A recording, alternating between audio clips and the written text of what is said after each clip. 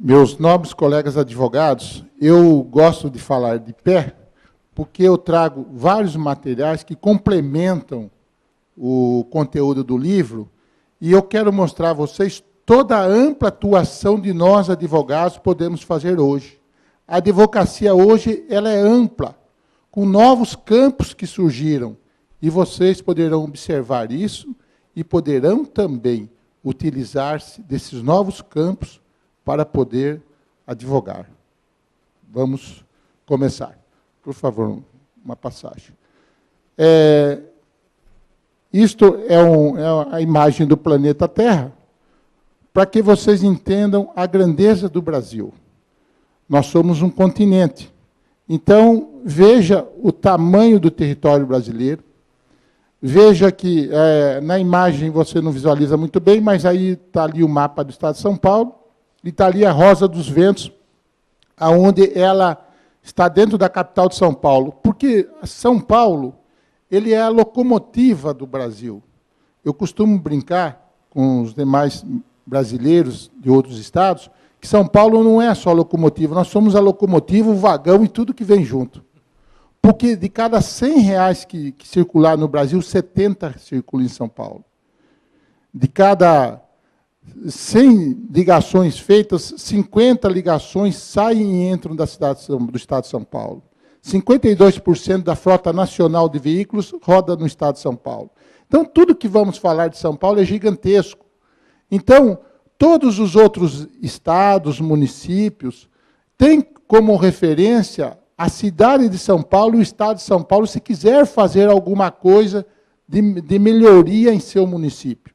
Já contrário o estado de São Paulo e a cidade de São Paulo, ele tem que buscar referência em outros países, porque nenhum outro estado da nação, nenhuma outra cidade da nação, constrói alguma coisa em maior pujança do que São Paulo, para que a gente pudesse usar como referência. Então, vocês têm que entender que é o seguinte, o primeiro orçamento do nosso país é o nacional.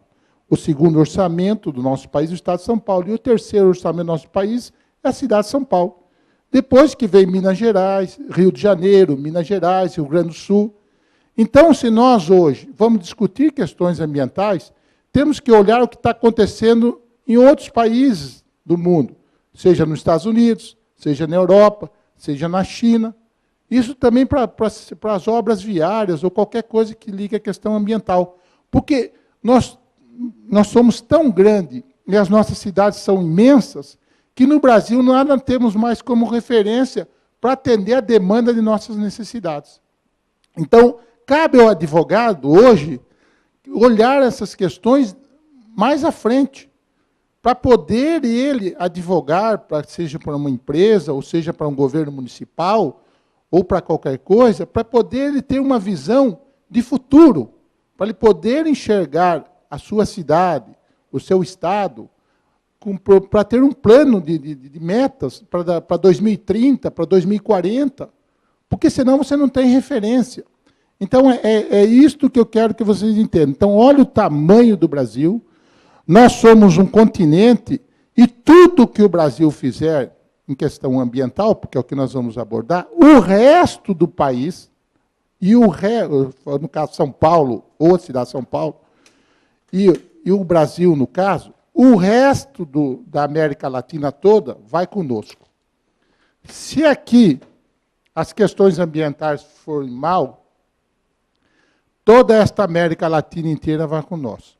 Nós somos um gigante envolvimento, nós não somos mais um gigante adormecido. O Brasil é um gigante em movimento, e que se ele dá um passo, a América Latina fica preocupada. Tanto é que, se vocês hoje acessarem os jornais das principais capitais da América Latina, todo dia tem um edital sobre o Brasil, falando sobre questão ambiental, economia, política. Por quê? Porque nós influenciamos toda a América Latina. Então, veja a importância. Veja a importância da nossa OAB. Que nós, advogados, é que criamos as leis. Muitas vezes você diz, mas quem cria, doutor Wilson? É o vereador que está na Câmara, é o deputado que está na Assembleia. Não, eles não são advogados. Eles precisam de um corpo jurídico lá para poder dar um formalismo legal às ideias que eles pretendem. Nem sempre são boas ideias.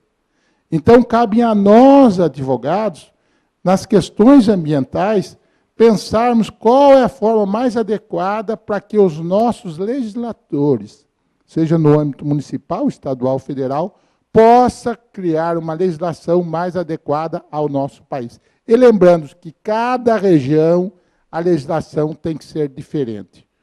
O que ela serve para a Amazônia não serve para São Paulo. Não é igual em todo lugar, nem para o Rio Grande do Sul. Nós somos um continente. Então, doutor, vamos lá. Bom, a preservação do meio ambiente e o desenvolvimento sustentável, ele tem um entendimento, às vezes, confuso. Por quê? Porque ele envolve vários atores. Então, é o que nós vamos abordar aqui. Ó.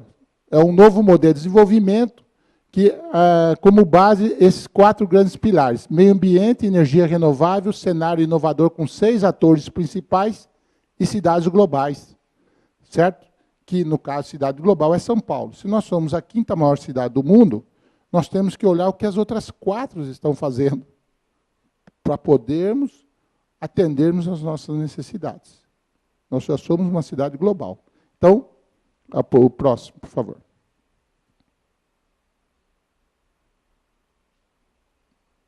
Tá. Então, aqui no cenário dos 6 atores principais, nós desenvolvemos um documento que chama-se Meio Ambiente e o Processo de Conciliação Político-Governamental, mais 6 estágios de desenvolvimento, que envolve bancos, empresas, ONGs, partidos políticos, governos municipais, e para unir toda essa gente, telecomunicações, internet e tecnologia.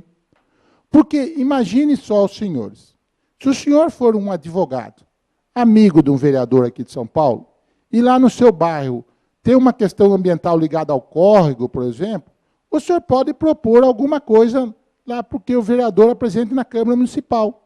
Mas o senhor não precisa se deslocar até a Câmara. Hoje, todos os políticos têm site, e-mail, MSM, Facebook, todos estão ligados ao mundo da internet.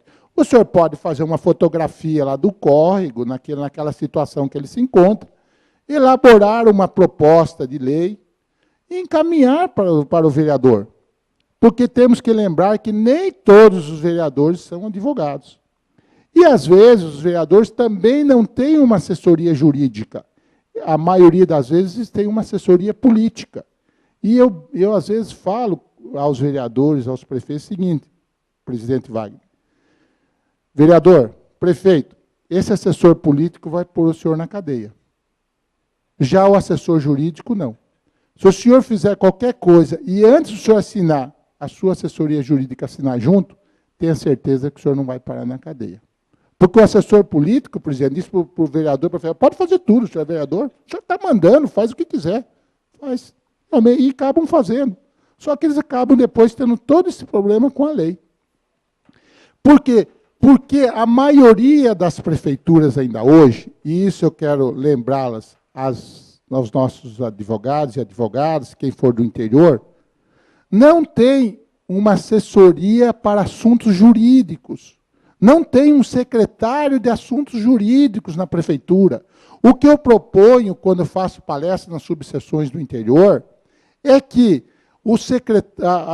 a OAB do município, com seus advogados, que possivelmente todos aqueles advogados, presidente, votarem em algum vereador, votarem em algum prefeito, candidato a prefeito do seu município. Então, alguém ganhou. E aquele prefeito que ganhou deve ter algum advogado naquele corpo jurídico da OAB daquele município que seja muito amigo dele e que seja também um advogado dele. Então, ele tem a responsabilidade de convencer o prefeito, que é amigo dele, a criar a Secretaria de Assuntos Jurídicos no município e que dê poder àquele grupo da OAB que escolha entre os seus membros quem será o secretário municipal de assuntos jurídicos. E que aí a OAB não está sendo partidarizada, dizendo, não, está defendendo o partido tal, o partido X. Não! A OAB está dando suporte para que aquela prefeitura tenha definitivamente uma secretaria municipal de assuntos jurídicos. E que entre o corpo dos advogados que naquela cidade advogam, que cada gestão seja escolhido um novo advogado para ser o secretário municipal de assuntos jurídicos. O que vai ajudar muito no município, todas essas questões pendentes na questão ambiental, regularização fundiária, regularização urbana, territorial. Porque vamos, nós, advogados, conversarmos com os nossos colegas para dizer, aqui no nosso município, que vivemos aqui e conhecemos os problemas daqui, temos que criar uma legislação desta forma. E nós, advogados deste município, que votamos nos vereadores tal, porque nós todos sabemos em quem votamos, vamos apresentar esse projeto de lei, vamos levar à Câmara, vamos cada um de nós pedir ao nosso vereador, a quem nós votamos e somos nossos amigos, que aprovem esse projeto de lei, para que essa cidade, então, passe a ter uma regularização ambiental. E aí eu vou mostrar para o senhor. Isso é lei, mas a maioria dos municípios aqui no interior de São Paulo, até hoje não aplicaram isso. Por quê? Porque, volto a dizer, nós, advogados, não pressionamos que isso ocorra. Votamos no prefeito da nossa cidade, votamos no vereador da nossa cidade. Muitos de nós advogamos para o prefeito da nossa cidade porque é nosso amigo, para os vereadores da nossa cidade porque são nossos amigos. Mas não cobramos e não exigimos que aplique a lei ambiental que já está determinada. Então, são coisas que nós, advogados, temos que observar, porque é um novo campo para nós atuarmos, aonde eu vou mostrar a vocês. Então, sem esse pessoal, não se faz nada numa cidade na questão ambiental. Próximo. Bom, aqui um resumo das cidades globais, para que os senhores entendam caso de habitação. A maioria de vocês aqui é da cidade de São Paulo, tem muita gente que veio do interior também. Alguém veio do interior? Levante a mão, por favor. Poucos do interior, a maioria da capital. Mas vamos na capital, para os senhores entenderem. São Paulo, se é uma cidade global, ela está nesta condição que os senhores estão lendo aí. E isso é tanto que no meu livro eu cito uma das pessoas que desenvolveram essa visão de cidade global, chama Sakira Sassen, e ela acabou vindo na USP aqui, no ano, só um minuto, no ano de 8 de junho de 2010, ela veio fazer uma palestra na USP sobre cidade global, aonde eu abordo esta pessoa no meu livro. Foi ela que mundialmente lançou essa ideia de cidade global. Porque ela entendeu que as grandes cidades do mundo, uma tem que se comunicar permanentemente com a outra, seus prefeitos e governantes, porque senão não vão mais conseguir gerir essa condição. Isso é tão importante, só para vocês entenderem, aqui eu quero falar, eu estou falando de advocacia ambiental, mas ela está ligada à questão imobiliária. Hoje, nós, advogados, temos várias ações para fazer. Um advogado que está na área da corretagem, da construção civil, ele tem que estar ligado à questão ambiental, porque hoje não se constrói nada se ele não resolver a questão ambiental daquela obra. Então, veja que são áreas novas. Você, advogado, além de atuar no ramo imobiliário, no direito imobiliário, você tem que entender que a questão ambiental está ligado. Muitas das vezes as obras demoram para poder ser autorizadas a construção, dados os empecilhos ambientais que acabam criando. Então, só para os senhores entenderem, a questão das cidades globais e a questão habitacional, ela é muito importante. Mas só quero que o senhor entenda. Na China, se constrói um prédio hoje em 15 dias. Está aqui. Olha o tamanho do prédio. Depois, se vocês quiserem ler a matéria. 15 dias construído. Muito bem.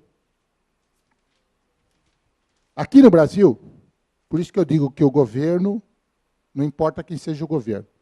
Uma obra de um conjunto habitacional começou em 99, até 2011 não tinham conseguido terminar. 128 conjuntos, apartamentos. 99 começa a obra no Ipiranga, até 2011 não tinha terminado. Não dá. Uma cidade que tem uma defasagem de 1 milhão de moradias. O governo levar tanto tempo, passar tantos governadores, e o CDHU levar tanto tempo para terminar uma obra dessa. Quer dizer, nós, advogados, temos que pressionar. Porque senão nunca vai se resolver a questão de habitação na cidade de São Paulo. E isso não podemos aceitar, porque o mundo não está mais... Né, o advogado tem que entender que o mundo hoje está numa velocidade. E que a cidade de São Paulo tem que acompanhar essa velocidade do mundo.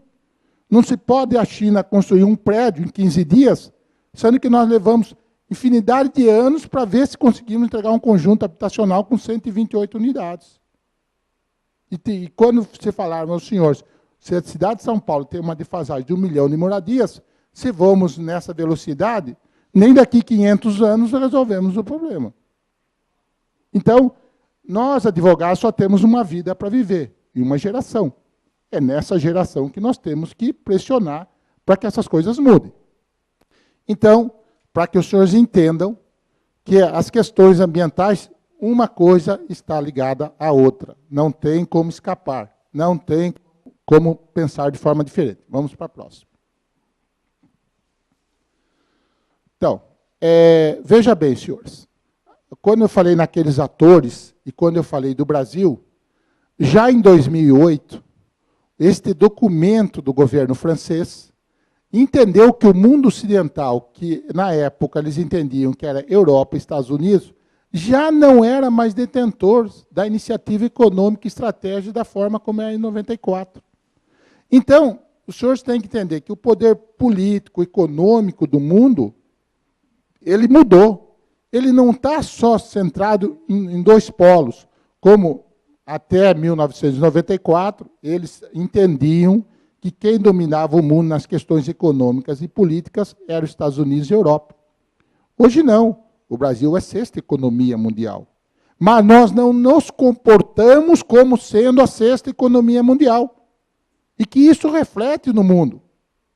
Então, nós, advogados, temos que passar a entender que se somos a 6ª economia mundial, temos que nos comportar como 6ª economia mundial, em todos os aspectos. Na questão ambiental, na questão de melhoria de vida em nossas cidades. Por quê? Por quê? Porque o resto do mundo quer nos usar como referência. Porque eles não estão só usando mais como referência os Estados Unidos e a Europa. Então, só que nós, advogados, não estamos nos preparando para sermos a 6ª economia do mundo, sendo que já o somos. Então, temos que mudar a nossa concepção. Vamos para frente, doutor. Bom, o aspecto da política ambiental, ela apresenta diretrizes, que ela começou quando? Com a Conferência de Estocolmo, o relatório Butler, o Nosso Futuro, a Rio 92, a Carta da Terra, a Agenda 21, e teve o protocolo de Kyoto, a reunião de Bali. Então, o que eu quero que o senhor entenda é o seguinte, quanto à legislação, a normas, nossa, é uma infinidade. O que não está sendo é aplicado. Então, quando as pessoas falam em questão ambiental, não tem mais, tudo já foi se discutido, está sendo discutido. O que está faltando é dar o próximo passo, que é aplicar aquilo que já foi discutido. Mas os nossos governantes têm dificuldade em aplicar isso, porque ele não tem em sua retaguarda pessoas capacitadas, aí eu volto a falar dos advogados, para que lhe dê condições de dizer, os senhores têm que começar a fazer isso, e desta forma, porque senão eles não o farão. Vamos para a próxima. Acho que o senhor tem que apertar mais, porque está faltando subir mais alguma coisa. Tem mais um campo aí. Então, veja bem. Hoje, as questões ambientais trazem sucessos empresariais. Os senhores veem aqui nessas ações, inclusive, o Banco Bradesco oferece o Banco do Planeta. Para as empresas que já estão fazendo ações ambientais, elas têm financiamentos com juros menores, elas têm algumas vantagens que um outro empresário, um outro investidor, um outro tomador de dinheiro no banco não tem se ele não tiver ligado a alguma ação ambiental. Então, tanto o Banco Real quanto o Bradesco, que criou um banco específico para isso, que chama Banco do Planeta, ele dá condições àquele que quer produzir, àquele que quer desenvolver em nosso país, se usar adequadamente o uso da água, o uso do solo, ele não poluir o ambiente, ele vai ter vantagens. Isso não é de agora. Isso, desde o ano 2000, o banco oferece isso. Agora, muitas vezes os empresários não estão adequando sua empresa a essas condições. Então, eles não têm esse financiamento que obtém com vantagens. Então, mais uma vez, aquela empresa com aquele seu corpo jurídico, que às vezes só está vendo a questão dos recursos humanos, a questão tributária da empresa, não está vendo esta vantagem. Porque a empresa hoje, o lucro é tão pequeno, que ele fica buscando aonde ele pode ampliar seu lucro, que ele esquece que aqui também ele pode ampliar seu lucro. Então, alguém que pertence a algum corpo jurídico de alguma empresa, ele não tem que ficar só como advogado, vendo as questões tributárias ou a questão do pessoal. Também tem que olhar desse outro lado.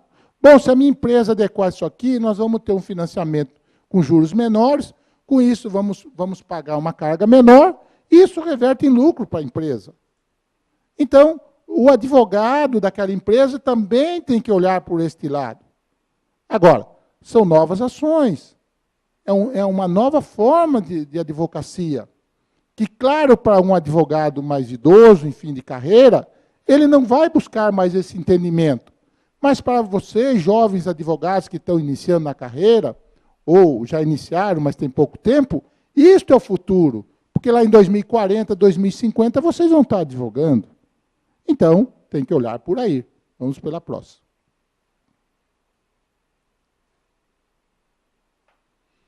Então, o que eu volto a falar para vocês. No desafio da globalidade, envolve essas aqui, olha. As ONGs, os CIPs, fundações, institutos. Porque eles são a segurança hoje socioambiental. Podemos falar do Greenpeace. Muitas vezes o Greenpeace está na frente daquilo que o governo já devia estar lá fazendo, mas chega o Greenpeace antes para poder, pelo menos, denunciar. Como você viu recentemente, lá uma brasileira, com o navio do Greenpeace, invadindo uma plataforma de petróleo da Rússia e acabou sendo presa, denunciando lá da exploração do petróleo num lugar que eles entendem que devia ser preservado. Então, o que eu quero que os senhores entendam é que essa rede de segurança socioambiental, muitas vezes, ela está à frente daquilo que o governo devia fazer. E eles têm advogados também. O Greenpeace aqui no Brasil tem um corpo jurídico. Então, se os senhores algum dia forem advogar para uma ONG, alguma coisa, entendam que os senhores sempre vão estar um passo à frente dos nossos governantes. E como trabalhar desta forma?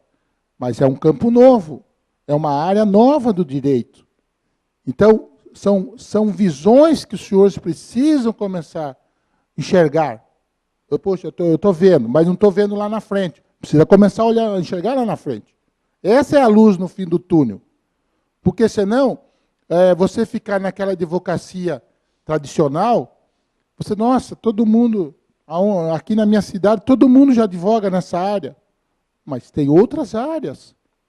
O que eu estou trazendo aos senhores são novas áreas do direito, para que os senhores possam, aonde for advogar, ter uma porta nova. É difícil? É difícil. Formar clientela numa nova área do direito é difícil, mas a maioria é jovem. Os senhores vão estar advogando em 2040, 2050. Poxa. Então, os senhores têm que pensar aí. Vamos para a próxima.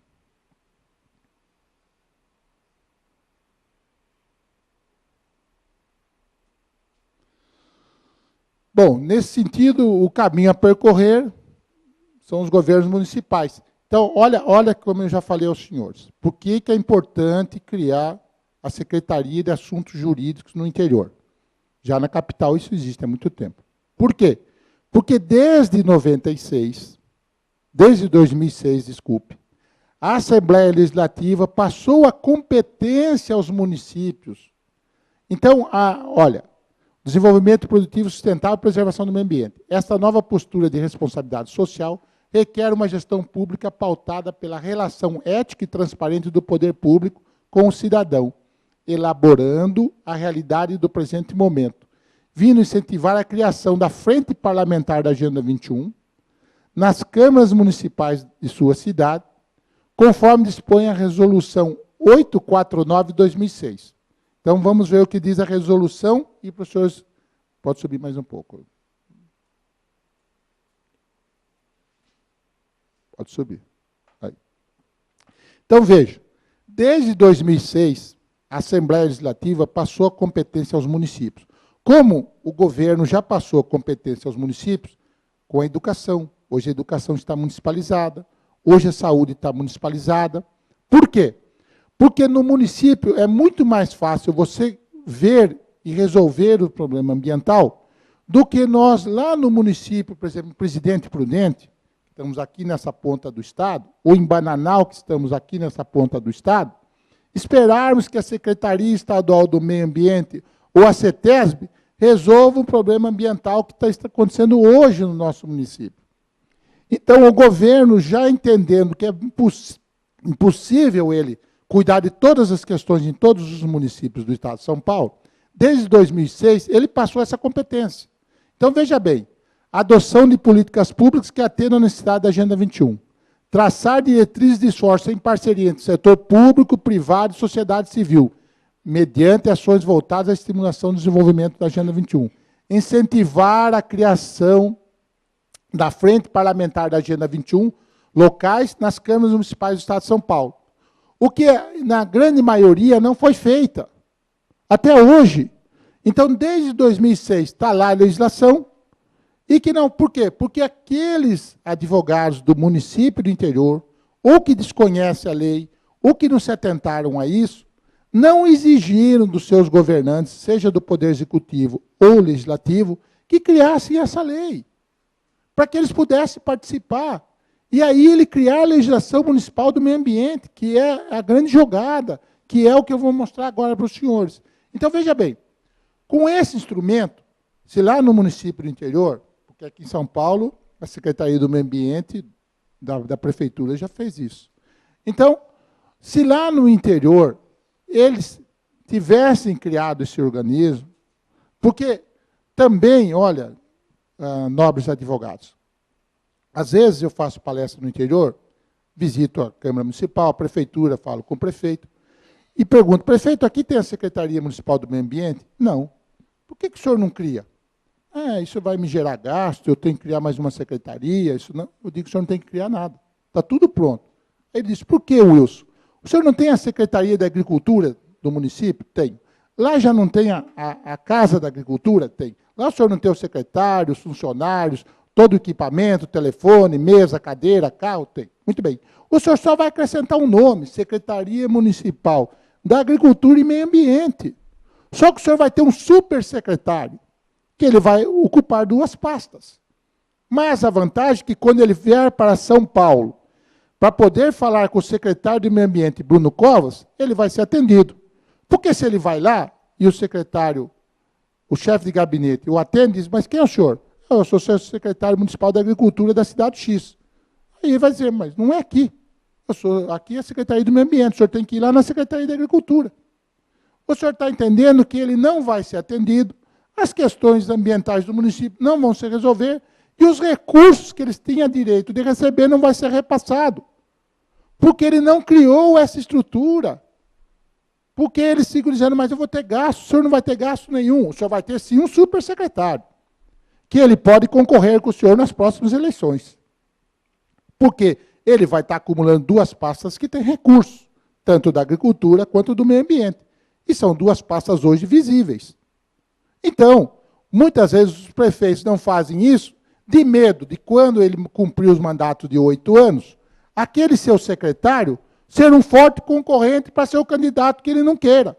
Mas se ele fez uma boa gestão ambiental dentro do município, e uma gestão agrícola, se é um município do agronegócio, ele será um forte candidato, como Ribeirão Preto, que é uma cidade voltada ao agronegócio, tanto é que tem um agro-show. O secretário municipal lá de Agricultura é um forte candidato a ser prefeito da cidade sempre, porque ela é voltada para o agronegócio. Então, muitas vezes, presidente, eles não aplicam isso porque ele tem medo de ter um concorrente dentro do seu governo, porque é uma secretaria que sempre tem recursos. E o senhor faz projetos que a população vê, vamos dizer assim, a sua finalidade. Se eu implanto a coleta de lixo no município, cada morador está vendo que na porta da sua casa, 3 vezes por semana, passa lá a coleta seletiva do lixo.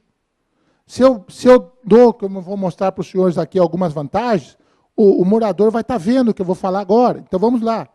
Qual é a vantagem? Os senhores advogando direito ambiental. Vamos lá. Pode deixar aí, que eu ainda vou completar, presidente. Então, cria-se esse organismo. Muito bem. Qual é a vantagem? Tendo criado a Agenda 21, tendo criado aquela lei na Câmara Municipal, passado a competência ao município para gerir as questões ambientais, criado a Secretaria de Meio Ambiente, que vai administrar isso. Muito bem. O que o governo recebe? Municipal. Ele tem condições, implantação de múltiplos mecanismos sustentáveis, arranjos produtivos locais do governo federal, programa de aceleração do crescimento, parcerias públicos-privados, crédito de carbono, impostos ecológicos, pagamentos por serviços ambientais, sendo esses alguns dos mecanismos aplicáveis. E a sua eficiência se dará com os projetos de investimentos a serem tocados pela iniciativa privada em parceria com a sociedade civil. Então, aqui, nobres colegas advogados, está o nosso ganha-pão.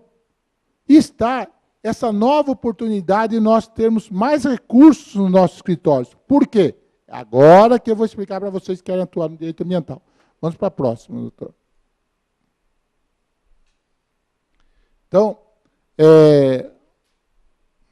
deixa eu ver se está aqui. Passa mais um na frente e eu volto. É isso. Tá. Então, vamos lá, que eu falei para os senhores.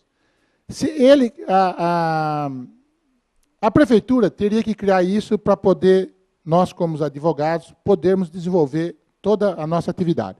Secretaria Municipal do Meio Ambiente, Fundo Municipal do Meio Ambiente e Código Ambiental Municipal. Muito bem.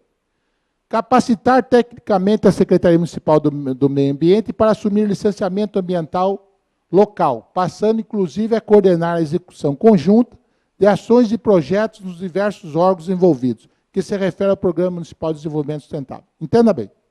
Quando eu falei lá, naqueles... Volta 2 para poder voltar no entendimento. Pode voltar mais um, doutor.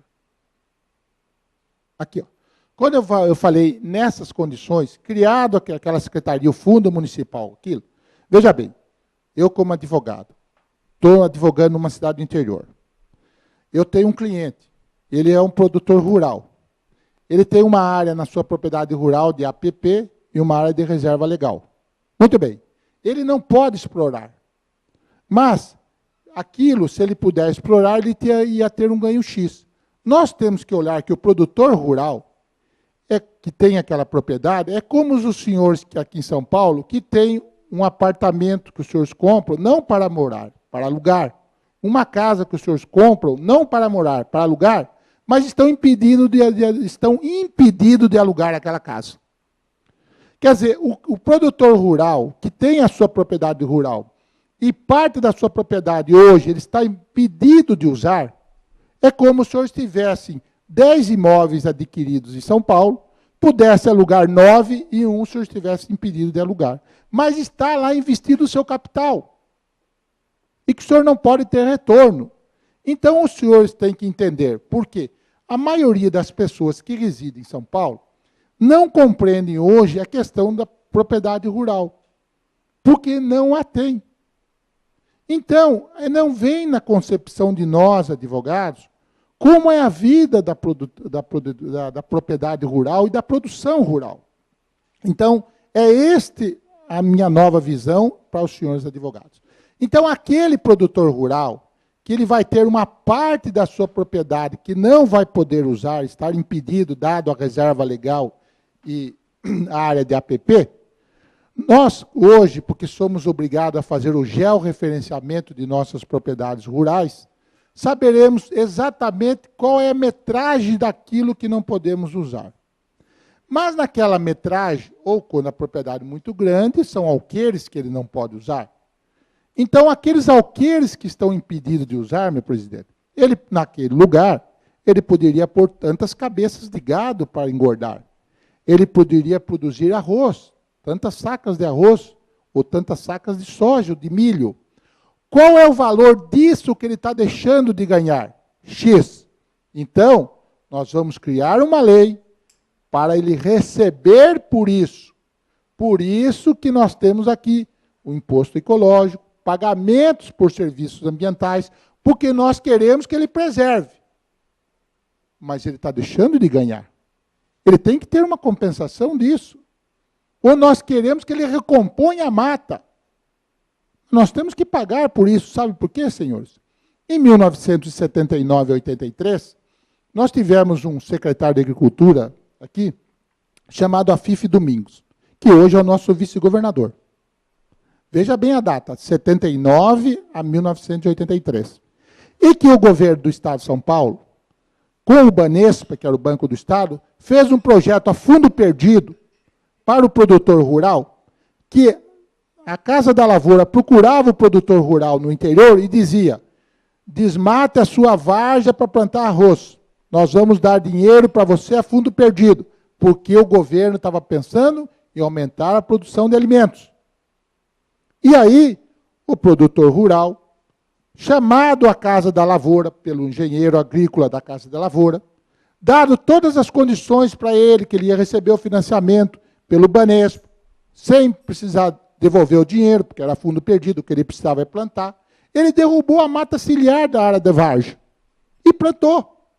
Tudo isso a mano do governo.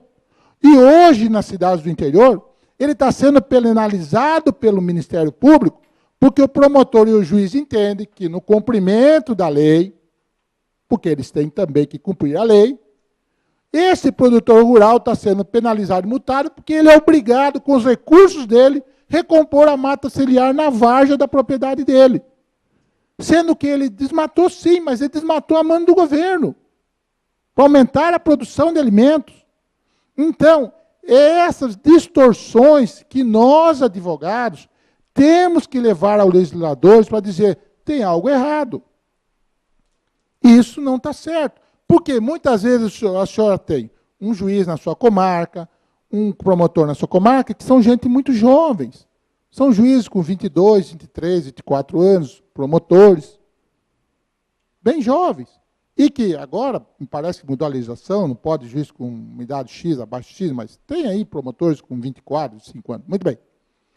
E que eles não viveram aquela época e não foram buscar isso para poder saber, não mantêm contato com as entidades do agronegócio, com a Federação da Agricultura e Pecuária do Estado de São Paulo, quer dizer, com outras entidades, para que então, busque saber por que aconteceu aquilo. Porque nenhum produtor rural quer devastar a sua propriedade. Como o senhor compra uma casa e quer alugar, o senhor não chega lá e não quer tirar o telhado dela, porque aí o senhor não vai alugar. Ou o senhor não quer derrubar a casa que o senhor comprou aqui em São Paulo para alugar. Ninguém quer destruir um patrimônio que adquiriu. Agora, a propriedade rural, ela funciona diferente do que uma propriedade urbana. E nós precisamos entender isso. Então, para o advogado, são essas oportunidades. Mesmo aqui, na cidade de São Paulo. Bom, doutor Wilson, como é que eu posso usufruir dessa nova legislação na cidade de São Paulo? Propor ao vereador, aqui da nossa cidade, a quem você votou, que, presidente, faça o seguinte: impostos ecológicos. Aquele que tiver na sua casa uma árvore plantada na frente da sua casa, ou no quintal da sua casa, ou que faça uma horta e mantenha essa horta, ele tem um desconto no seu IPTU. Quer dizer, o senhor vai incentivar as pessoas a fazer isso. Quantos pés de laranja, limão você encontra plantado aqui em São Paulo? Muito pouco.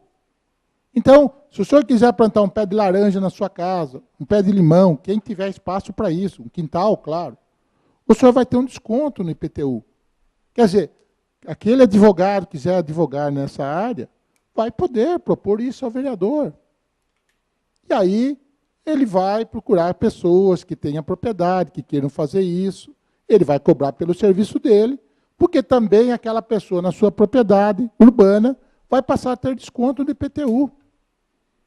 Então, são ideias, mas são ideias que serão aplicadas, porque a questão ambiental ela vai tender a se agravar cada vez mais. E que são vocês, jovens advogados, que vão ter que pensar nisso. Então, vamos para frente, doutor. Próximo. Para outra, que é essa continuação. Então, isso que vocês viram, dá mais um toque que não apareceu lá. Grande parte dos municípios do interior de São Paulo ainda não aplicaram isso. Imagine o resto do Brasil. Então, a questão ambiental é muito complicada ainda, dado ainda não cumprirem essas normas que já deveriam ser cumpridas. Vamos para a próxima. Aqui, o que eu já falei do posicionamento das cidades globais, o senhor pode passar? Deixa eu aproveitar aqui sobre o agronegócio. Deixa eu falar, como eu falei, aqui não é o interior, né? A maioria dos advogados não vive no interior, mas eu acho interessante que os senhores passem a pensar desta forma. Por que eu faço a defesa do meio ambiente ligado ao agronegócio? E ele é fundamental. Porque nós que moramos na capital, nós vamos no supermercado, seja um Extra, supermercado, Carrefour, está tudo lá. É uma maravilha, não falta produto nenhum.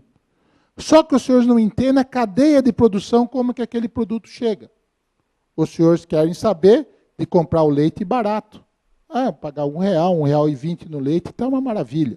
Mas o senhor esquece que o produtor rural, para poder o supermercado colocar R$1, R$1,20, R$1,80, ele está comprando no máximo por R$1,40 ou R$1,20.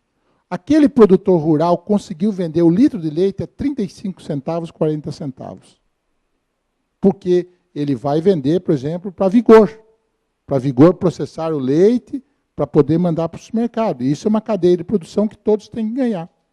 Aí, se o senhor pensar que o produtor rural está vendendo um litro de leite por 35 centavos, se ele tiver só uma pessoa para tirar leite para ele e essa pessoa ganhar um salário mínimo, imagine quanto litro de leite essas vacas vão precisar dar para poder somente pagar o salário mínimo daquele trabalhador, sendo que ele está entregando a 35 centavos o litro de leite.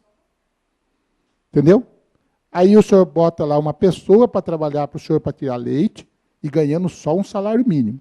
E o senhor vai estar na ilegalidade, porque o senhor não vai pagar nada vamos dizer assim, os tributos daquele trabalhador, porque se o senhor for pagar os tributos daquele trabalhador, e o doutor Wilson Bento sabe muito bem, porque é um advogado trabalhista de primeiro nível, vai custar o dobro para o senhor, quando não o triplo. Então, aquela vaca que precisa dar um salário mínimo para o trabalhador, na verdade, ela vai precisar produzir 2 a 3 salários mínimos, se o senhor quiser pagar todos os impostos decorrentes àquele trabalhador. Então, haja leite nas vacas para poder pagar 2 a 3 salários mínimos daquele trabalhador totalmente legalizado que está na sua propriedade, tirando leite da vaca para poder chegar no supermercado.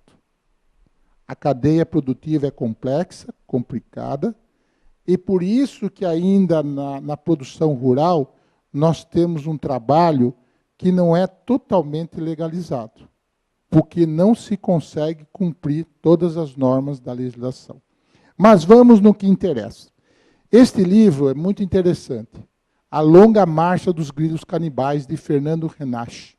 Ele até é um diretor da Votorantim. Mas vamos aqui num trecho, naquilo que eu achei muito interessante e quero que os senhores, a partir de hoje, passem a pensar, como advogados, na questão ambiental, do agronegócio e da segurança alimentar. Quando amanhece, como alimentar a humanidade no século XXI? quando amanhece, uma única preocupação habita a mente dos seres vivos: obter alimento para sobreviver por mais um dia. Nossa espécie aprendeu a produzir comida com tal eficiência que a cada ano diminui o número de pessoas dedicadas a essa tarefa. Desde que nos lançamos à agricultura, nossa população explodiu. A maioria de nós não participa da produção de alimentos e desconhece quão frágil é esse sistema. Basta um desequilíbrio, como ocorreu nos últimos anos, para a quantidade de alimentos diminuir, espalhando a fome.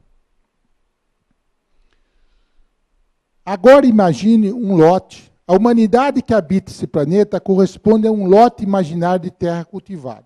Então, nós não queremos desmatar mais. O planeta Terra é um só. Hoje todos dizem para que se todo o planeta fosse adequar um consumo como é nos Estados Unidos, precisaria de 3 planetas para atender todos esses 7 bilhões de habitantes. Mas nós só temos um planeta. Então, entendam os senhores o raciocínio. A humanidade que habita esse planeta corresponde a um lote imaginário de terra cultivada. Então, imaginemos que cada um de nós tem direito a esse lote, esse espaço, para que aqui produza tudo o que cada um de nós temos que comer. Então, somos donos desse espaço, cada um de nós. Agora, imagine, entre 1900 a 1950, a população cresceu a uma taxa correspondente de 10 milhões de pessoas por ano. Entre 1990 ao ano 2000, essa taxa subiu para 100 milhões de novas bocas por ano. Somos hoje mais de 7 bilhões de pessoas no mundo. Somente esse desafio, a tarefa de acabar com 500 milhões de famintos, e você já teria uma real dimensão do problema. Para alimentar esse número crescente de pessoas, não existem 2 possibilidades. A primeira, aumentar a área do planeta dedicada à agricultura, criando um novo lote imaginário para cada ser humano. O que quer dizer isso? Mais desmatamento, principalmente na área da Amazônia. Muito bem. Criando um novo lote imaginário para as pessoas, certo? A cada ser humano que nasce. E assim fazer as contas e descobrir que será preciso dobrar a área do planeta. A segunda possibilidade é diminuir o tamanho do lote necessário para alimentar cada pessoa. Isso seria possível aumentando a quantidade de alimentos produzidos em cada metro quadrado, ou eliminando de nossa dieta alimentos que exijam áreas maiores. Então, veja bem, lá por volta de 2040, 50, os senhores vão estar aí advogando, e se nós não aumentarmos a produção de alimento, vai haver fome no mundo. E quando começar a haver uma fome em um grau elevado, o risco de guerra é tremendo. Isso sempre aconteceu. Então, para que o mundo venha atender às necessidades, não entre numa guerra, vai acontecer de surgir uma ração humana. Então, vai lá ter soja, um cereal, trigo, não sei mais o quê. Isso vai ser uma ração humana. Então, vocês vão contar para os seus filhos e netos que os seus avós faziam um churrasco, porque vai deixar de existir gado, porque o gado ocupa muito espaço para poder se alimentar e nós produzirmos carne, apesar do Brasil hoje ser o maior produtor de carne do mundo. Mas o mundo vai entender que precisamos alimentar as pessoas. Então, se não podemos, olha a complexidade e o conflito. Se não podemos desmatar para poder aumentar o número de área. Se não temos como aumentar o volume de produção, aumenta-se a quantidade de pessoas e a fome vem, só vai haver uma solução, que está sendo dito aqui. Então, se cria essa ração humana. E nós só vamos passar a comer essa ração humana. E vocês vão contar para os seus netos que os seus avós faziam um churrasco de domingo, com picanha, costela, filé mignon, e seus netos nem vão saber o que é isso. Porque não vai existir, porque não dá para poder alimentar todo mundo. Então, o equilíbrio é tão complexo que é só esses novos advogados que têm tempo para pensar, para estudar, para pesquisar na internet, para descobrir novas fórmulas, para poder que isso cheguemos a uma solução, auxiliando as empresas do agronegócio, auxiliando os governos municipais, auxiliando essas ONGs ambientais. Quer dizer, nós somos, na verdade, o grande cinturão de proteção para que isso não exploda.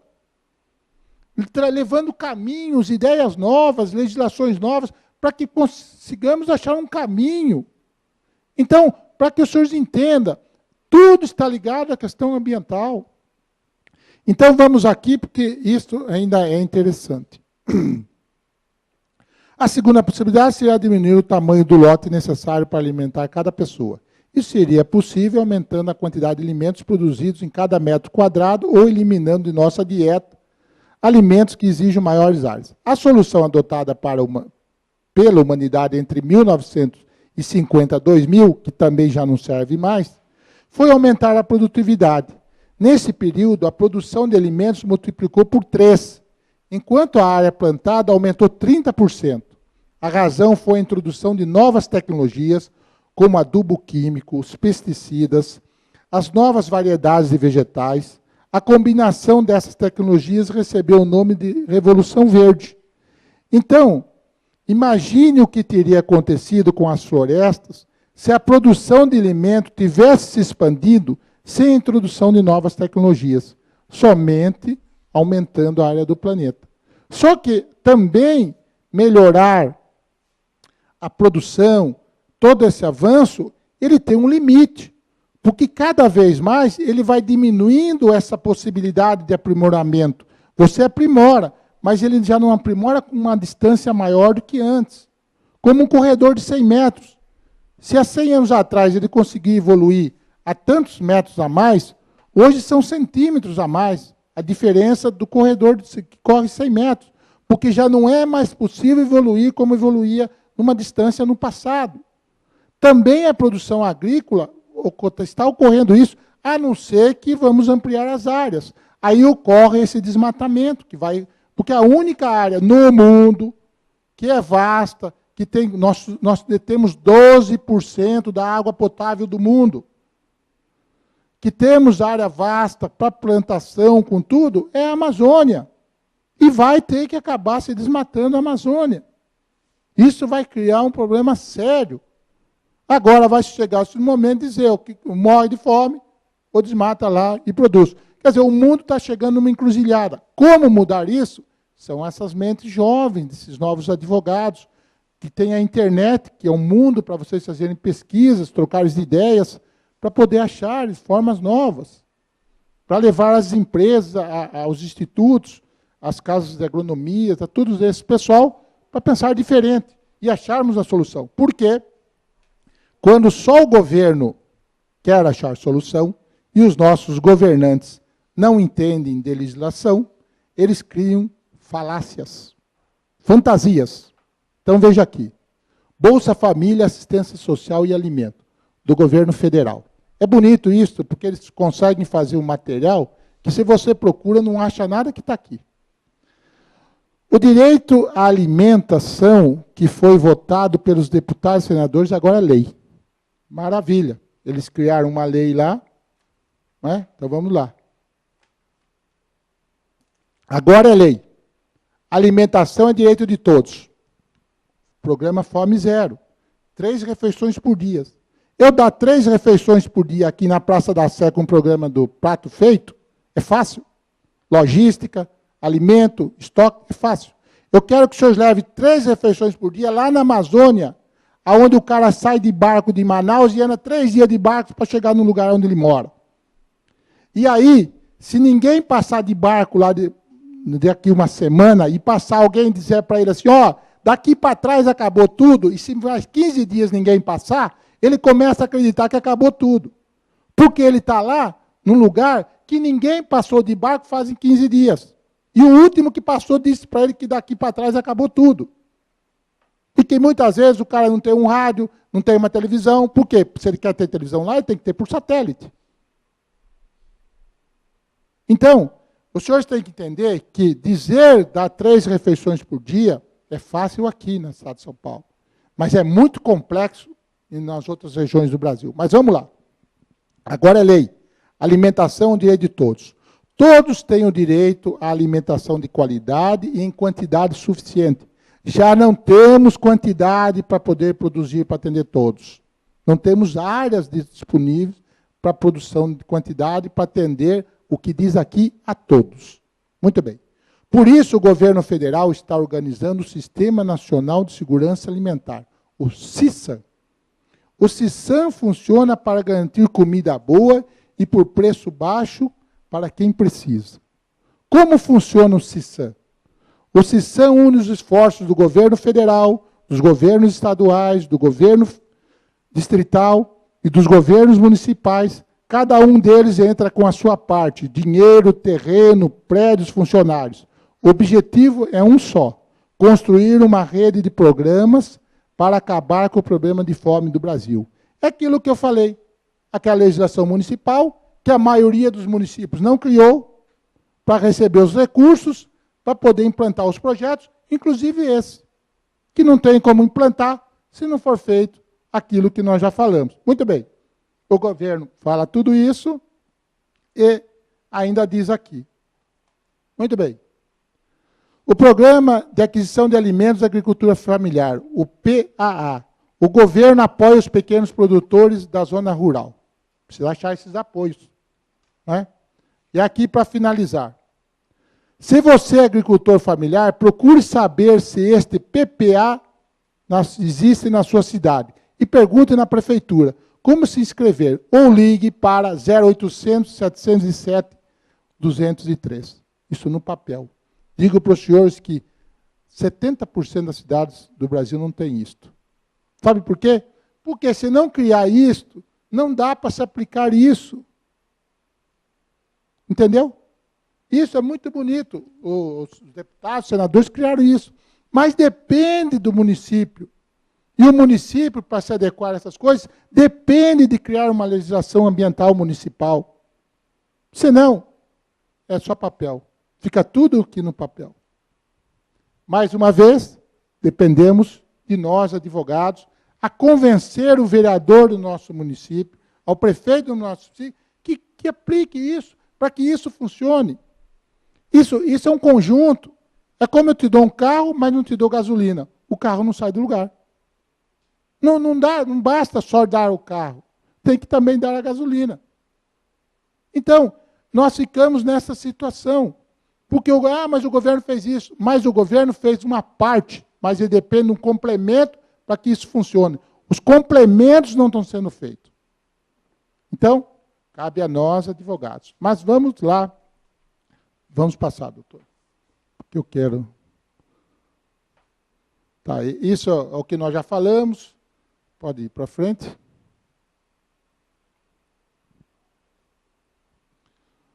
Conceito de desenvolvimento, mudança, maneira de ver, produzir, essa é a ideia que nós estamos falando, da sustentabilidade, mudança de produzir, forma, pode passar.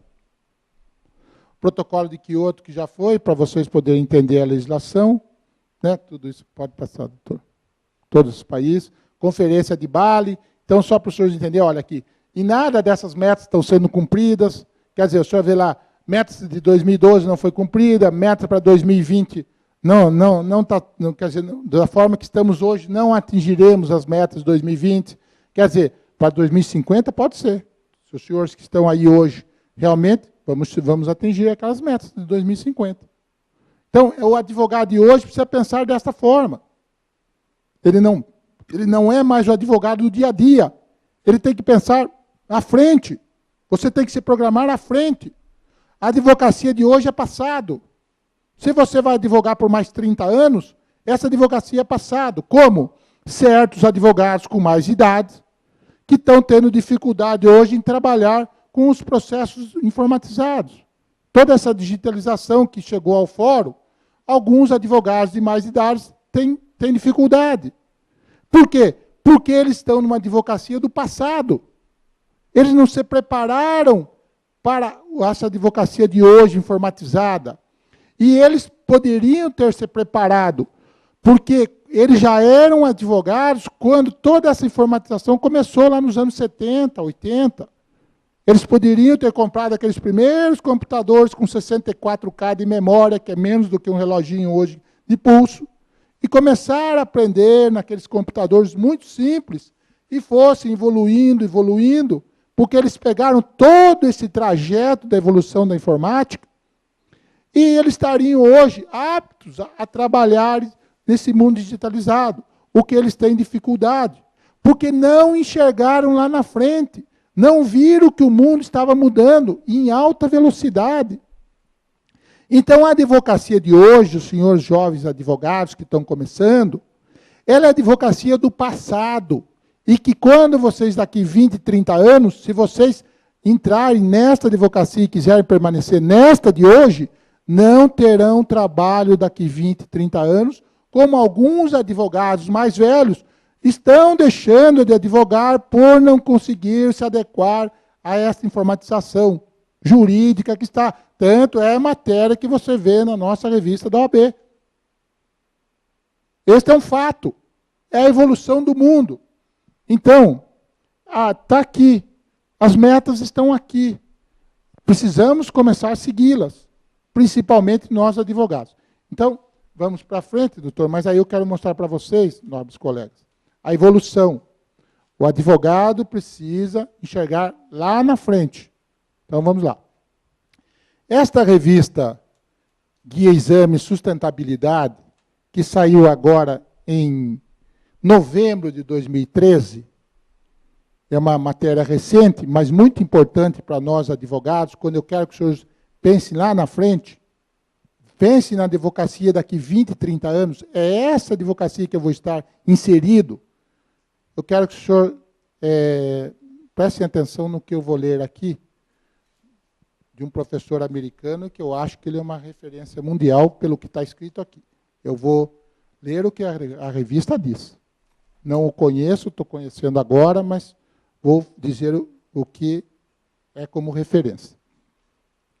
Michael Porte. Apenas 24 professores ganharam o título de Universidade Professor, o mais alto reconhecimento criado em 1935 pela Universidade de Harvard, para premiar seu corpo docente. O americano Michael Porte é um deles. Harvard, quando você vai lá, ou no MIT, cada andar que você vai em Harvard, um professor que tem lá a sua sala tem um prêmio Nobel. Ou já foi professor de lá, que está uma placa lá, ou é professor. No MIT é a mesma coisa. Se você só precisa andar, fulano ali na sala é prêmio Nobel. Ou ali está uma placa na sala que já teve um professor lá que deu aula, lecionou, trabalhou muitos anos e foi prêmio Nobel. Cada andar que você sobe tem um prêmio Nobel.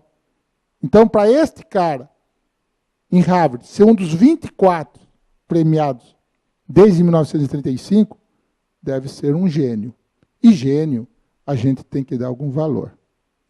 Porque o de gênio do objetivo leva o nome que tem. Então, vamos lá. Eu quero ler para os senhores entender. Se um país adota políticas sociais erradas, o crescimento econômico pode estancar. Mas vamos aqui no que interessa. Porque nós advogamos para empresas, governos, ONGs, prefeituras, para as pessoas e para o que surgir de novo no mundo. O Senhor disse, certa vez, que as empresas têm um poder de transformação na vida das pessoas maior do que os governos e as ONGs. Por quê? Ele responde. Em primeiro lugar, governos e ONG não têm o dinheiro suficiente para tantos problemas. Hoje, 85% dos investimentos na sociedade vem do setor privado. Nós temos que advogar para o setor privado, porque é lá onde está o dinheiro. Mas para advogarmos para o setor privado, precisamos estar qualificados. Porque esse setor privado que detém 85% dos investimentos é o setor privado globalizado, que está globalmente inserido. Pode ver pela empresa Ambev, pode ver pelo frigorífico JBS, que hoje é o maior frigorífico do mundo, comprou os maiores frigoríficos dos Estados Unidos, na Austrália, na Europa. E temos outras empresas nacionais também, como a Vale do Rio Doce, como a Petrobras. Se queremos advogar para grandes empresas, para ter bons salários, temos que estar qualificados. Senão, não advogaremos para essas grandes empresas e não teremos bons salários. O advogado foi feito para ganhar dinheiro. Caridade, quem faz é Santa Casa. Nós não temos que ficar fazendo caridade para ninguém. Essa não é a nossa profissão. Temos observado que os governos e as ONGs estão reconhecendo que podem trabalhar com as empresas e que as soluções encontradas em conjunto serão muito melhores. Então, é aquilo que eu falei para o senhor dos 6 atores principais. Empresas, bancos, empresas, ONGs, sociedade civil, prefeituras. E o que une tudo isso? É a tecnologia que hoje nos possibilita falar com eles sem precisar estar presente. E nós temos que usufruir de tudo isso. Quando eu falo em evolução, presidente, mais um capítulo aqui para os senhores entenderem, a advocacia de hoje, os senhores não podem enxergar a advocacia de hoje, senão não terão inserido no mercado de trabalho em 2040. Serão ex-advogados. Embraco. Inovar para estar sempre à frente. Empresa Embraco. Imagine o advogado do corpo jurídico dessa empresa, Embraco, ou os advogados que compõem o departamento jurídico dessa empresa. Presta atenção para que eu vou ler agora. É a segunda empresa do país em número de depósito de patentes nos Estados Unidos, atrás apenas da Petrobras. A Embraco obtém 50% do seu faturamento de produtos novos, lançados nos 5 anos anteriores. A perspectiva é que esse índice aumente progressivamente e nos próximos anos chegue a 80%. O nosso sucesso é estar fortemente vinculado à inovação. Então, entendo, senhores, que 50% desta empresa hoje, de faturamento, vem de produtos que eles desenvolveram há 5 anos atrás. Nós estamos em 2014. São produtos que eles começaram a lançar em 2009. Gente, 2009. Disso para trás, eles já pararam de fazer, porque não está dando mais faturamento. E que nos próximos 5 anos, 85% dos produtos deles vão ser dessa linha. Então, se os senhores contar 2014, os próximos 5 anos, estamos chegando lá em 2019, 2020, que esses produtos de hoje já não vão estar mais no mercado.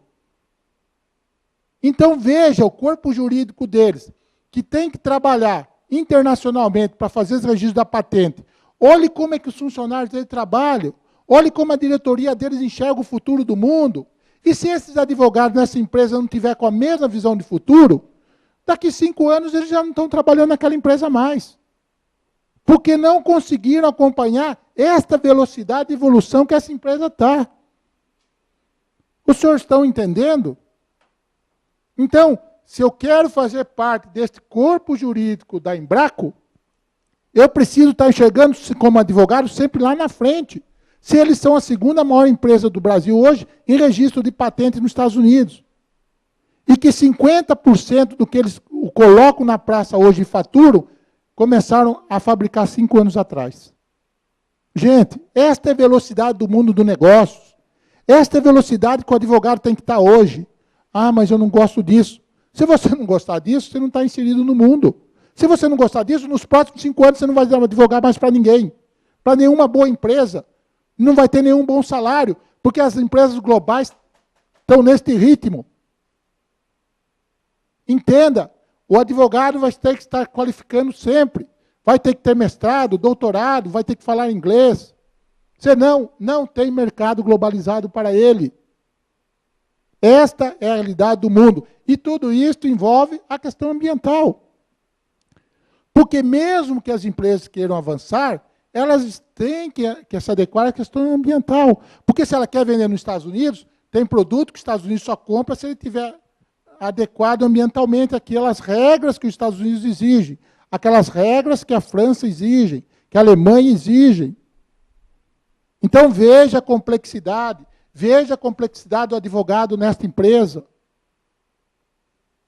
Então, gente, este é o nosso mundo que vivemos hoje, que temos que nos adequar e que temos que trabalhar. Muito bem.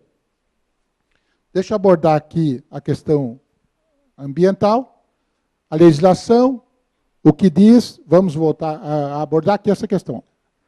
Nós, como advogados, não podemos aceitar que às vezes acontece que o nosso cliente, porque nós temos que defender o nosso cliente, achar uma solução para os problemas do nosso cliente, seja, muitas vezes, por erro de julgamento, lá no município, ele sofra sanções administrativas, civis e penais no mesmo tempo. Esse regime jurídico não é possível. Mas acontece. A prefeitura, quando tem uma Secretaria de Meio Ambiente, vai lá e multa o cara. Aí também entra com uma ação civil contra o cara. E entra com uma ação penal também contra aquele, entre aspas, poluidor ambiental, desmatador ambiental. Então, nós, como advogados, não podemos aceitar isso. Que isto, juridicamente, não é aceito. Então, vamos para a próxima. Lá estão o que é as sanções administrativas, sanções civis, sanções penais, que os senhores conhecem muito bem. A próxima, por favor. A proteção constitucional do meio ambiente, que está lá na legislação, e que nós podemos usá-la. E aí, eu quero abordar nessa questão é o seguinte, os advogados hoje, veja bem, o pré-sal, ele é uma realidade. Eu quero abordar isso aqui e vou voltar aqui no aspecto. A descoberta do pré-sal hoje é uma realidade. Na Bacia de Santos, é uma realidade.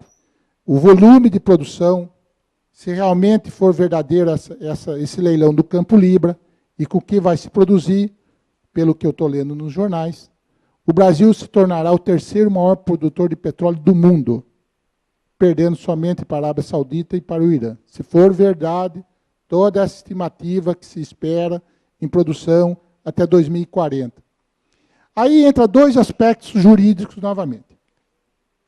Virá muito dinheiro para o Brasil. E, quando vem muito dinheiro para o governo, há descontrole do dinheiro. Porque ele se descontrola no governo federal, no governo estadual e no governo municipal. Aí está na mídia, há anos os senhores vendo isso. Caberá a nós, advogados, nos envolvermos com as entidades para poder gerir o dinheiro público da melhor forma.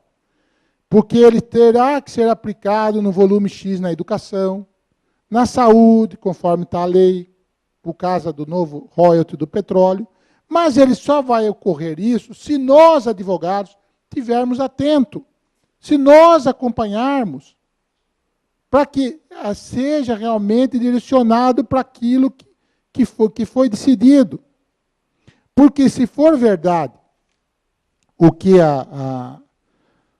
essa previsão de petróleo diz, nós, advogados, que queremos advogar para as empresas, porque os senhores viram aqui, elas detêm 85% do poder financeiro hoje. Aqui tem uma matéria no Estado de São Paulo, apesar de ter saído em 2010, eu guardo ela porque é o seguinte, olha, o convênio Sebrae-Petrobras desenvolve projetos de captação voltados para pequenas e médias empresas em 15 estados brasileiros. Então, eu quero que os senhores entendam o seguinte, que se a questão do petróleo realmente for verdadeiro, o governo, com o apoio do Sebrae e do próprio BNDES, vai ter que criar uma cadeia de empresas para que atendam essa demanda. E, mais uma vez, vamos ter que ter advogados preparados para atuar nessa área do petróleo, porque é tudo muito novo para nós. Esse campo do petróleo, em quantidade no Brasil, é novo. Então, nós não temos muitos advogados, a não ser no Rio de Janeiro, porque a base do petróleo é no Rio, está preparado para esta questão do petróleo. e nós vamos ter vazamento de petróleo, porque isso é um fato. Eu tive na USP ano passado, no Instituto Oceanográfico da USP, e eles me disseram, os senhores podem ir até lá na USP, na biblioteca, até o ano passado não existia uma monografia, não existia um estudo sobre o risco ambiental na Bacia de Santos, pelo Instituto Oceanográfico da USP. A partir deste ano de 2013, porque já estamos em 2014, mas eu tive no final de 2012, é que estava se começando a pensar entre o Instituto Oceanográfico da USP, uma parceria com a Petrobras e o governo federal, para que se iniciasse estudos sobre o que ocorreria se houvesse um vazamento de petróleo na Bacia de Santos. Se os senhores forem lá na USP, no Instituto Oceanográfico, não vão encontrar uma monografia, um livro, ditado por eles, com data de publicação antes de 2012.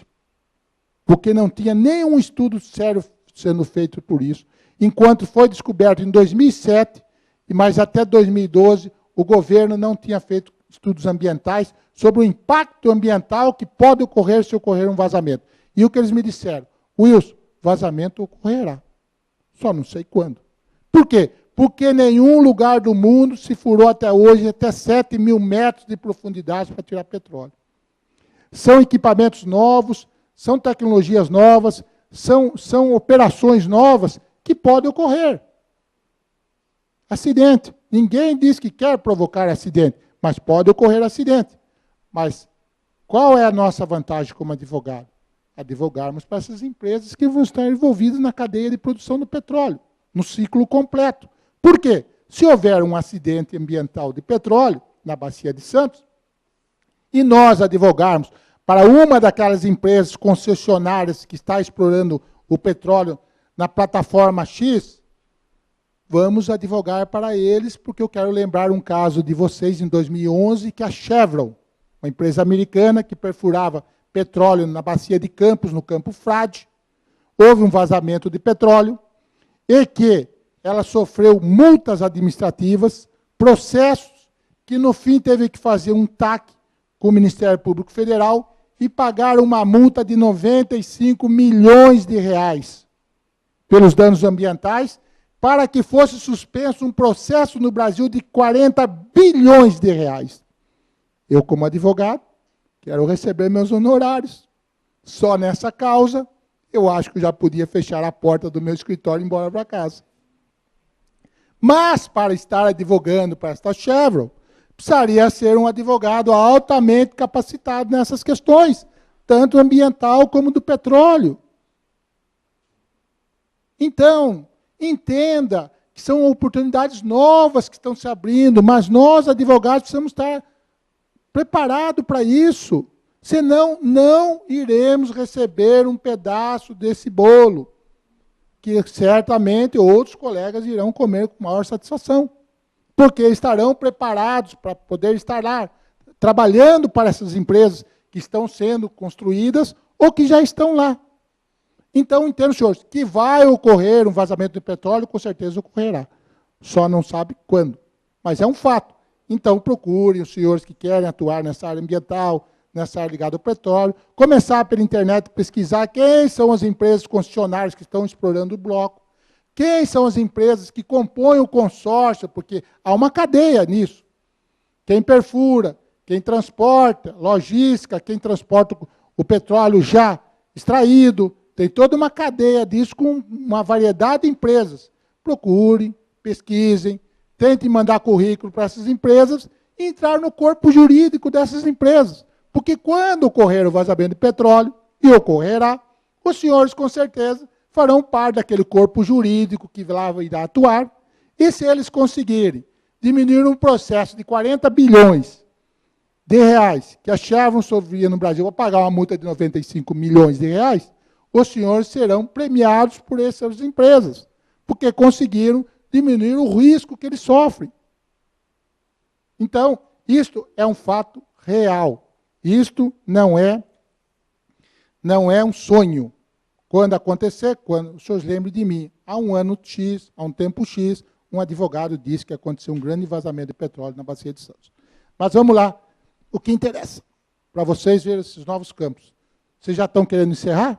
Porque minha palestra, eu tenho palestra por 1 hora, 2, 3 horas, 4 horas, assunto que não falta para vocês, advogados. Mas vamos lá, eu faço parte da Comissão de Infraestrutura, Logística e Desenvolvimento Sustentável aqui da OAB de São Paulo, membro consultor. Nosso presidente, Dr. Carlos Sanseverino, me pediu uma ideia, quando nós criamos essa comissão, qual era o papel do advogado e da advocacia nessa comissão. Tudo ligado ao meio ambiente. Porque nós somos a Comissão de Infraestrutura, Logística e Desenvolvimento Sustentável. Nós temos uma comissão de meio ambiente aqui, que o Carlos Sanseverino era o presidente anterior. E hoje ele está presidindo esta comissão. Então, também está ligado a nós essa visão do desenvolvimento sustentável, que é a questão ambiental. Então, vamos lá, só para o senhor entender. O papel da advocacia de negócios nas áreas de infraestrutura, logística e desenvolvimento sustentável. Desde a crise de 2007, o mundo vem passando por mudanças radicais que trazem novas oportunidades para a área do direito. Advogado de negócios em meio aos atores que representam as empresas societárias. Então, eu quero que os senhores entendam que essa questão ambiental, porque a nossa comissão, ela atende portos, que é hidrovia e navegação de cabotagem, ferrovias, rodovias e vias urbanas, rodovias, aeroportos, incorporações imobiliárias, hotelaria, que tem o Turismo e Copa do Mundo 2014 e Olimpíadas de 2016. Sistema de telecomunicações, que abrange telefonia fixa e móvel, internet e banda larga e tecnologia, petróleo, gás e etanol, usinas hidrelétricas e geração de energia, sistema de transmissão de energia, energia eólica e solar, rede de distribuição de águas e tratamento de esgoto. Olhe quantas áreas novas do direito para os senhores advogarem. E dentro disso, para os senhores entenderem, dentro desta área, só dar um dado aos senhores, para os senhores entenderem o seguinte. Movido por essa realidade, o estudo do BNDES mostra que entre 2013 a 2016, o banco fará investimento de 489 bilhões de reais em infraestrutura. Bom, todas as empresas de construção civil, de logística, de qualquer que seja, se ela pode construir isso, ela é uma grande empresa. Se ela é uma grande empresa, ela tem corpo jurídico. Se ela tem corpo jurídico, com certeza ela vai precisar de novos advogados, com visões novas. Então, veja, incorporações imobiliárias. O alvo dos investimentos crescentes por parte de estrangeiros no Brasil são os fundos de investimentos imobiliários, sendo que o mercado imobiliário apresenta condições atrativas com investimento de 770 bilhões de reais até 2016. Petróleo e gás. A expansão do setor cria oportunidades de negócio para inúmeras empresas. E o futuro do pré-sal está atrelado às definições de que seu papel na matriz energética mundial. O setor prevê investimentos de 404 bilhões de reais até 2016. Ferrovias. Crescimento torna-se real, com o recém-lançado Plano Nacional de Logística e Transporte da União, que contemplará a construção do Ferroanel. Um arco, entenda bem, tudo isso envolve a questão ambiental, por quê? Porque vai construir o arco do Ferroanel em volta de São Paulo. Dado a questão ambiental, até hoje não conseguiram terminar o Rodoanel, gente. Então, você tem que entender que toda essa complexidade de desenvolvimento no Brasil envolve a questão ambiental. Se o Rodoanel eles não conseguiram completar hoje, dadas as questões ambientais, o Ferroanel vai ter também a mesma dificuldade. Então, tudo isso envolve a advocacia do meio ambiente. E que os senhores têm que olhar por isso. Puxa, eu quero advogar para a empresa ferroviária ALL, vou advogar.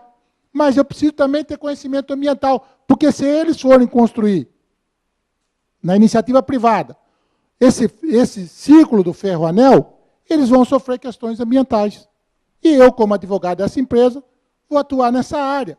Então, veja bem, ferrovia, o crescimento torna-se real com o recém-lançado Plano Nacional de Logística e Transporte da União, que contemplará a construção do Ferroanel, um arco ferroviário que irá circundar a capital paulistana, de forma a facilitar a movimentação de cargas com aumento de contêineres transportados.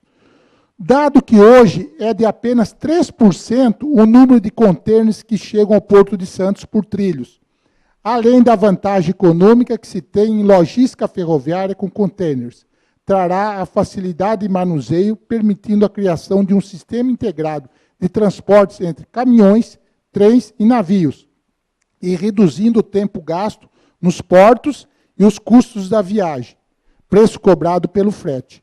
O investimento serão da ordem de 76 bilhões de reais até 2016. Hoje vocês vêem lá no Porto de Santos, aquela fila de caminhão para descarregar no porto, que sai aqui e vem bater quase aqui em São Paulo. Por quê? Porque o sistema ferroviário não está adequado. Então, fica aquele monte de caminhão parado, demorando dias e dias para conseguir descarregar no porto. A advocacia no direito ferroviário. Vamos lá. Rodovias. Algumas estradas já contam com asfalto ecológico, produzidos com a reutilização de pneus. Só um minuto para desligar o celular.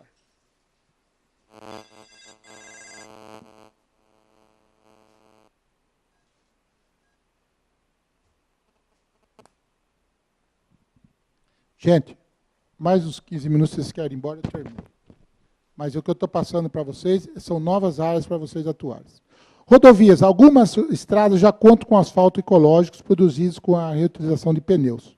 Quanto às malhas viárias, menos de 1/3 são consideradas ótimas e boas, que é Castelo Branco, que é para Campinas, a Bandeirantes, que é você descer imigrantes para Santos. Só 1/3. Então, olha quanto temos para poder consertar, quantas estradas temos para privatizar, e quantas empresas podem administrar essas estradas, e nós sermos advogados delas, da CCR Almeida, que administra a Autoban, que administra Castelo Branco, eu quero advogar para eles. São novas áreas do direito, porque se virão as privatizações, terão que ter as parcerias públicas e privadas, porque 85% do capital está na mão das empresas, como falou esse professor de Harvard. Muito bem. Além disso, começa a ser desenhado um projeto estratégico para a movimentação de cargas pelas rodovias, visando reduzir o número de acidentes nos transportes de cargas, que é de 3,3 vezes superiores a países desenvolvidos, aqui no Brasil. Portos.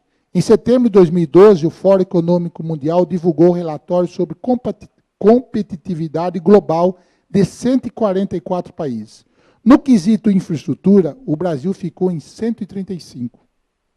Para mudar esse quadro, a medida provisória 595 de 2012 regulará a exploração indireta dos portos, mediante concessão, delegação, arrendamento, autorização, operador portuário, com novos terminais privados para a movimentação de cargas próprias e terceiros. Para tudo isso vai precisar de advogados, gente. Porque tudo isso depende de normas. Somos nós que temos que fazer. Ademais, a iniciativa privada propõe participar da gestão portuária por meio da criação da sociedade de propósito específico para as novas concessões. Será um investimento de 24 milhões de reais. Então, veja, tudo está na mão dos advogados. Aeroportos. Estamos terminando. O setor prevê investimentos de 9,24 bilhões de reais até 2026. O modo como vivemos, presta atenção nisso, isso é importante. O modo como viveremos no futuro traz estudos de casos sobre enormes aeroportos que se transformarão em verdadeiras cidades. Esse novo modelo reestruturará os negócios e a vida urbana ao alcançar a economia da região. Quanto ao aeroporto de Viracopos e Campinas, um dos maiores desafios agora é aperfeiçoar o modelo de concessão. Imagine que eles preveem no futuro, os aeroportos se transformarão em grandes cidades. E tudo isso, imagine a quantidade de normas, empresas, para tudo isso. E tudo isso, lá atrás, vai precisar ter um advogado qualificado, preparado, com visão de futuro, para poder estar atuando quando esse momento chegar, estar pronto para atuar. Porque, senão, você não vai estar qualificado para este momento que irá chegar. E você não vai poder atuar. O que estamos fazendo aqui é antecipar o tempo. É buscar estar à frente do tempo para que o advogado hoje se prepare para o futuro. A logística. Empresa de planejamento logístico tem a missão de pensar logística de forma sistêmica. A nova estatal terá a difícil tarefa de reverter a péssima posição do Brasil no ranking do Banco Mundial, que analisou 155 países. No quesito performance logística, somos 41. Já em termos de custo logístico, estamos em 51 nesse quadro, tendo gerado impactos negativos sobre a nossa competitividade produtiva. Ainda a logística reversa, que nós nem aplicamos, que é a questão ambiental. A logística reversa compete à questão ambiental, que necessita ser implantada para reduzir os impactos ambientais nas áreas urbanas e rurais.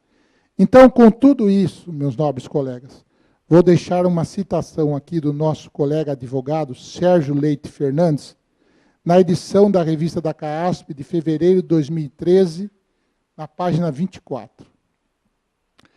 Com 700, veja, presidente, com 730 mil advogados inscritos no Brasil inteiro, se quisermos, paramos o Brasil ou fazemos andar de verdade. Agora, nobre advogado, se aqueles advogados do passado tivessem tido essa visão de futuro que nós hoje pensamos, tentamos enxergar como será o Brasil em 2020, 2030, 2040 ou até 2050, quero dar uma informação para vocês, numa visão que eles não tiveram. Os advogados que iniciaram nos anos 50. À época, o Brasil também não dava essa oportunidade. O Brasil era um país muito atrasado. Mas vamos lá. Só para o senhor entender, para nós finalizarmos. Para que não se repita a mesma visão preconceituosa do passado que nos levou a tomar um caminho errado para o futuro, geradora de inúmeras crises inflacionárias que se sucederam nas décadas de 80 e 90, um exercício interessante aos nobres colegas seria as avessas. Ao invés de um passeio pelo cenário futuro, é o que estamos fazendo aqui, reconstruir o cenário das oportunidades perdidas no passado.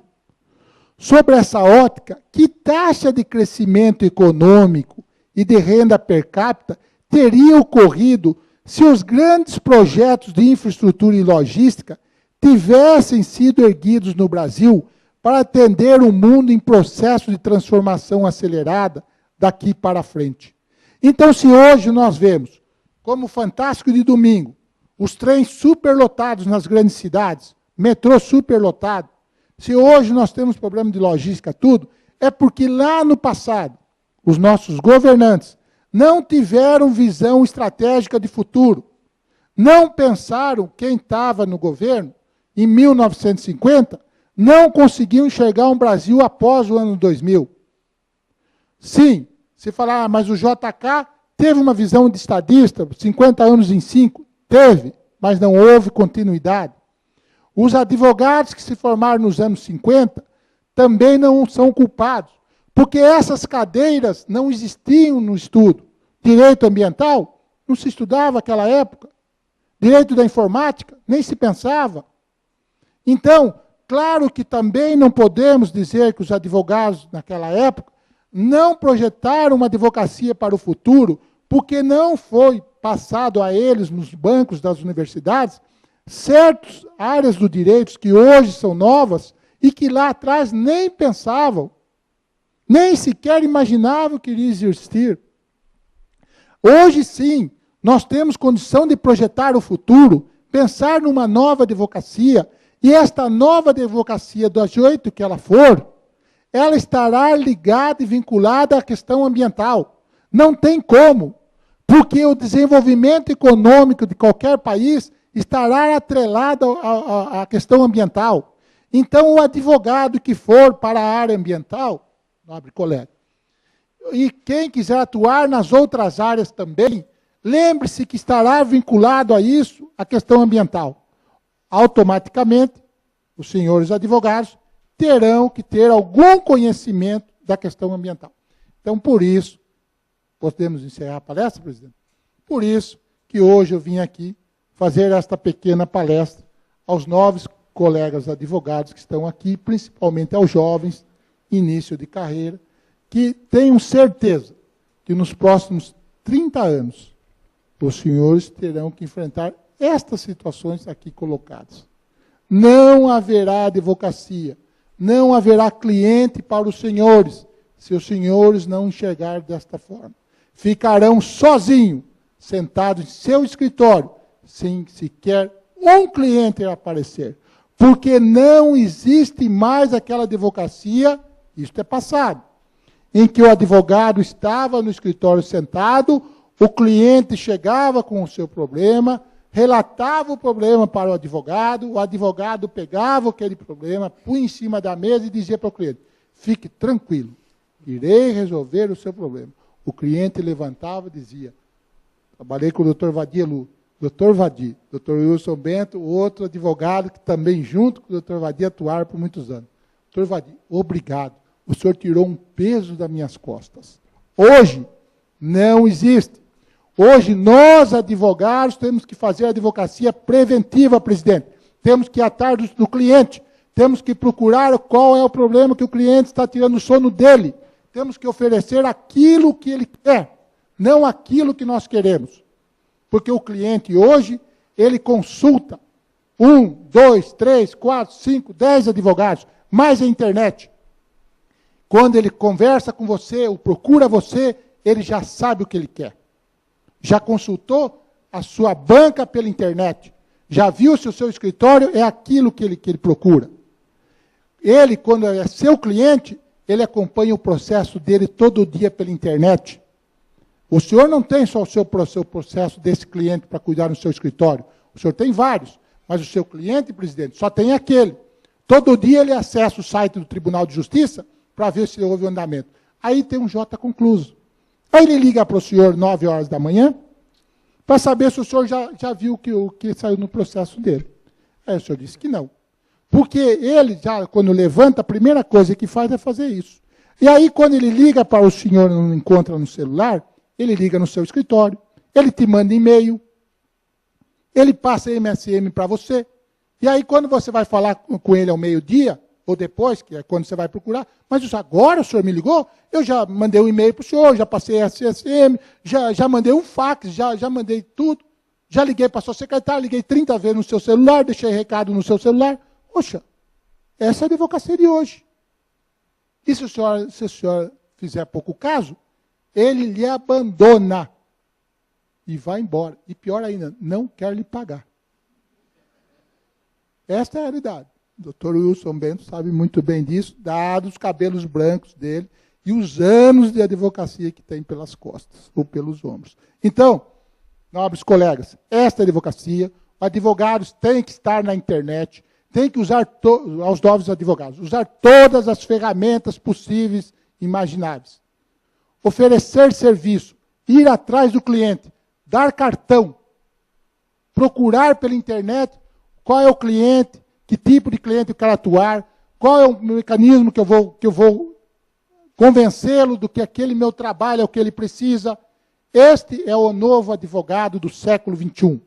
É os senhores que começam hoje e vão estar advogando até 2050. Mestrado, doutorado, falar inglês. Senão, meus amigos, mas doutor Wilson, eu não tenho como pagar isso. Ache uma forma. Porque até para concurso público hoje, os bons concursos públicos hoje, com bons salários, se os senhores lerem os editais, está lá títulos de provas. Dão preferência para quem tem mestrado, para quem tem doutorado, para quem fala um idioma. Por quê? Para encerrar, porque já não é mais a nossa matéria.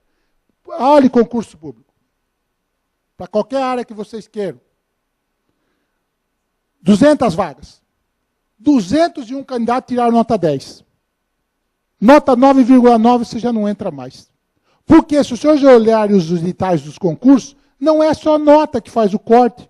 Hoje são outros requisitos, inclusive se é casado, se tem filhos, tudo, porque só nota não corta mais.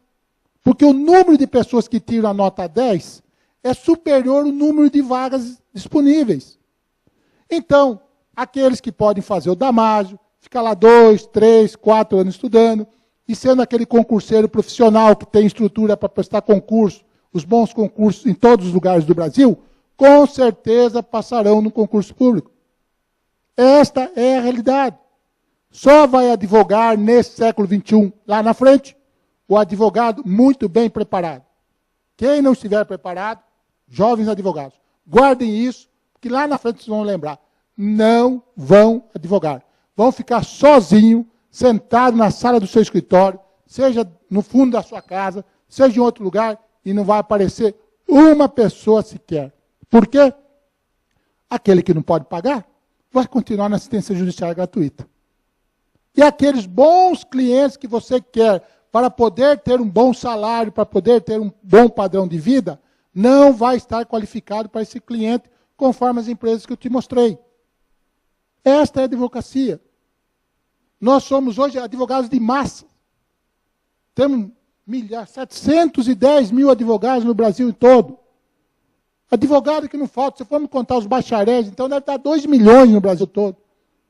Agora, e os bons advogados? Esses sim vão ter boas empresas para trabalhar e vão continuar ganhando bons salários.